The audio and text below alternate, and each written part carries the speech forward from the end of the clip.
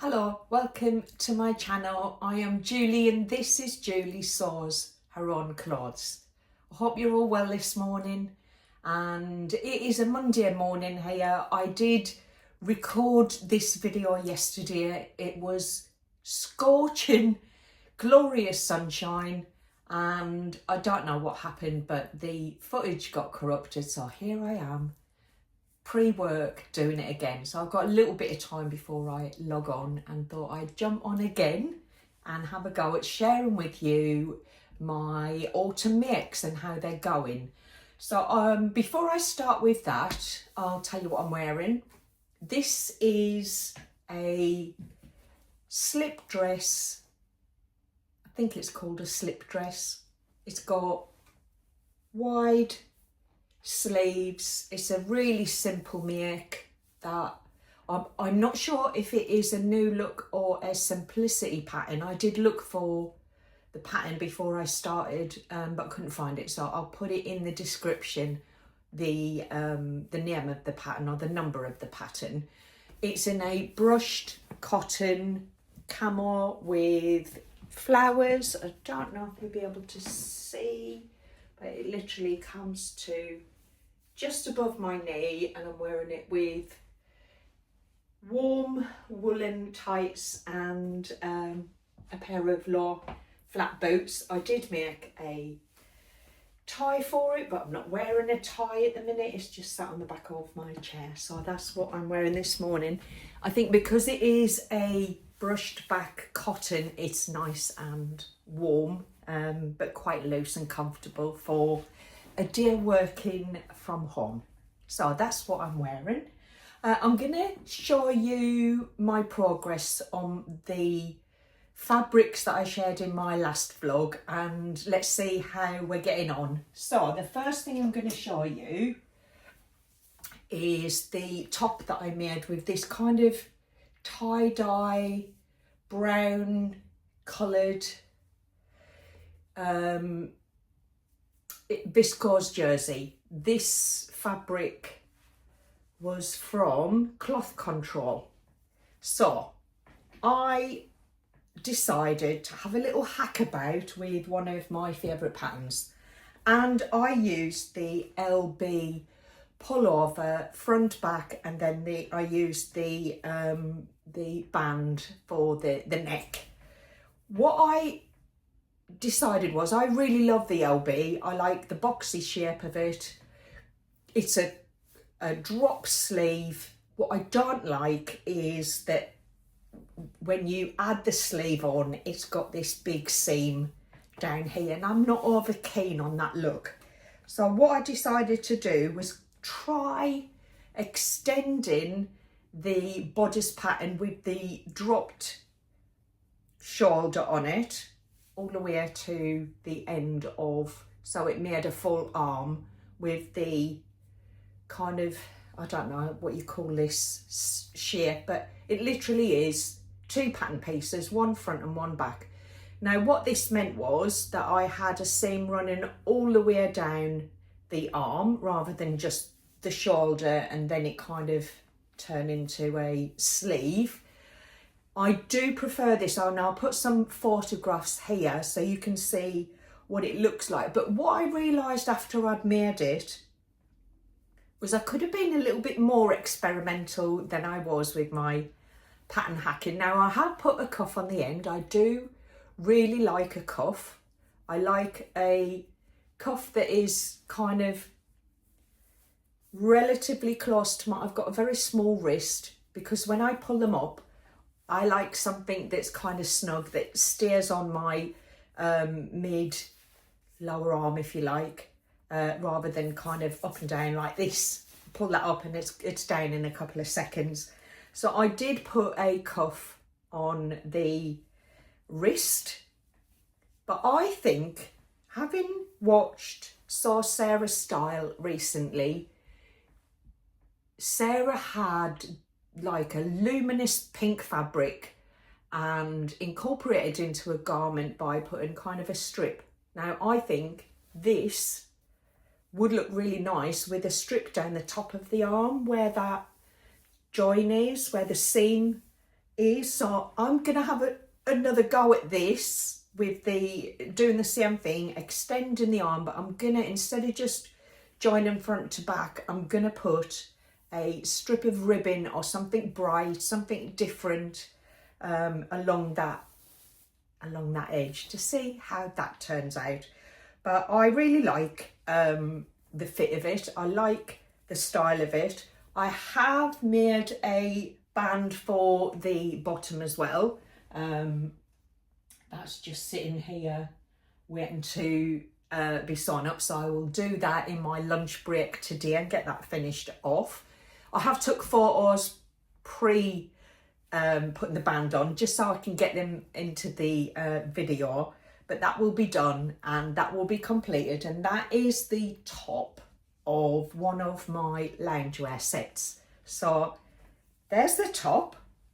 Now to go with it, I have made a pair of lazy pants for myself. If you've been following me this year, you will probably recall that I made a pair of lazy pants, like holiday trousers for my husband.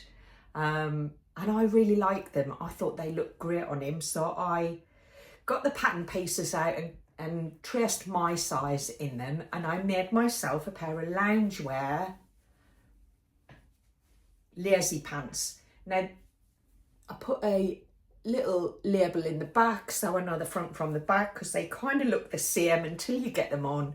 What I really like about these, they are very low in the crotch, so they're very loose fitting, which is why they're called the lazy pants, and they have really nice big inseam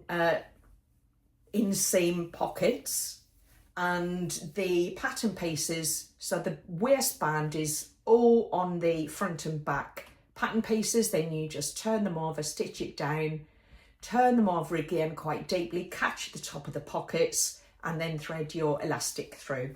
You can add a drawstring. I did the drawstring on Chris's. I haven't added the drawstring on mine.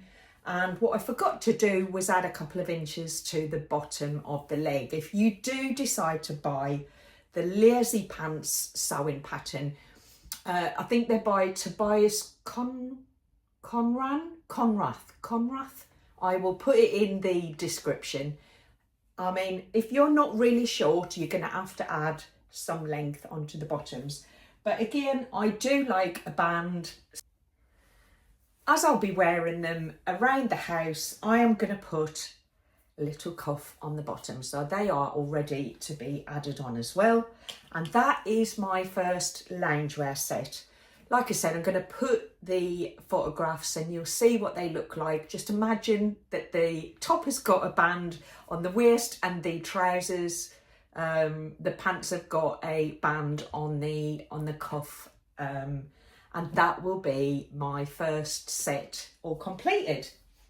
Then what I've also done is I have made a Frayer top with the green, super soft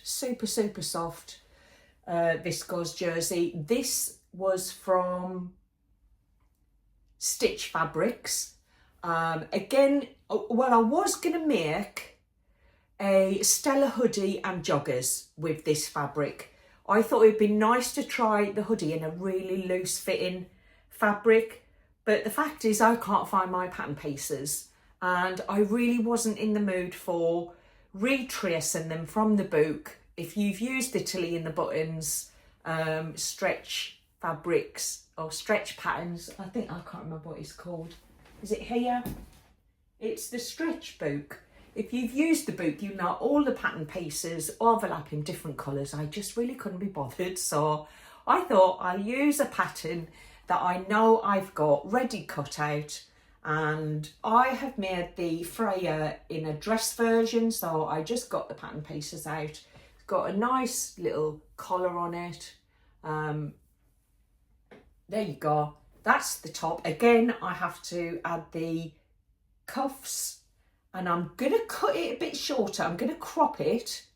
I graded it out at the waist to make the dress a bit more comfortable, and I'm just finding it's a little bit too much. So I'm going to crop it and add a nice deep band on it, and then I'm going to make a pair of lacy pants to go with it. Now the lacy pants, the pattern pieces are all cut out, the fabric is ready to be sewn up. When I made the lacy pants in this fabric, I did most of it on the overlocker. It's a nice quick and easy make, and that will be my second set of loungewear. And honestly, this, I just love the colour of it, but the softness and the drape on it. The only thing with it is, where I did a sample on the overlocker to see if I'd got the tension of the stitching right for this fabric, I then used that as a test on the iron. Some fabrics just go all shiny under the iron, and this definitely on the seams went shiny under the iron. So I just made sure that I used a pressing cloth over the top, and I just steamed rather than pressed the iron on it. So I didn't get, you can't see it because it's got, there, I didn't get any nasty press marks on it. So that's the only thing with a loungewear set. You don't really want to be spending a lot of time ironing. Well, I don't anyway. But actually, I think the key for me is, what I usually do is I grab things as soon as they come out of the dryer and hang them up and let the creases fall. So potentially it shouldn't need to be ironed. And that is my second set of loungewear that should be finished in the next couple of days. I should be able to get those second pair of lacy pants completed. And then I went on to the Tilly and the Buttons Billie sweater dress.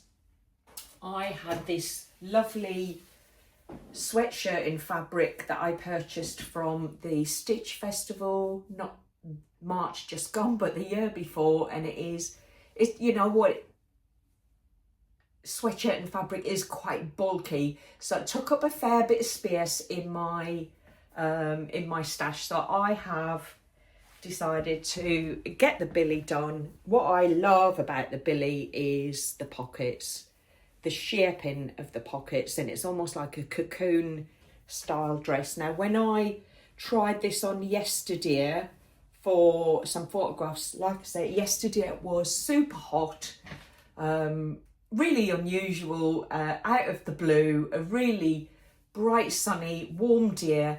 Sweatshirt fabric is not what you want on. I tried it on, I didn't have any tights or anything on, but I actually think it will look really nice with a pair of tights and some boots or trainers. So that's the Billie. You can see I have a "Please Look After Me"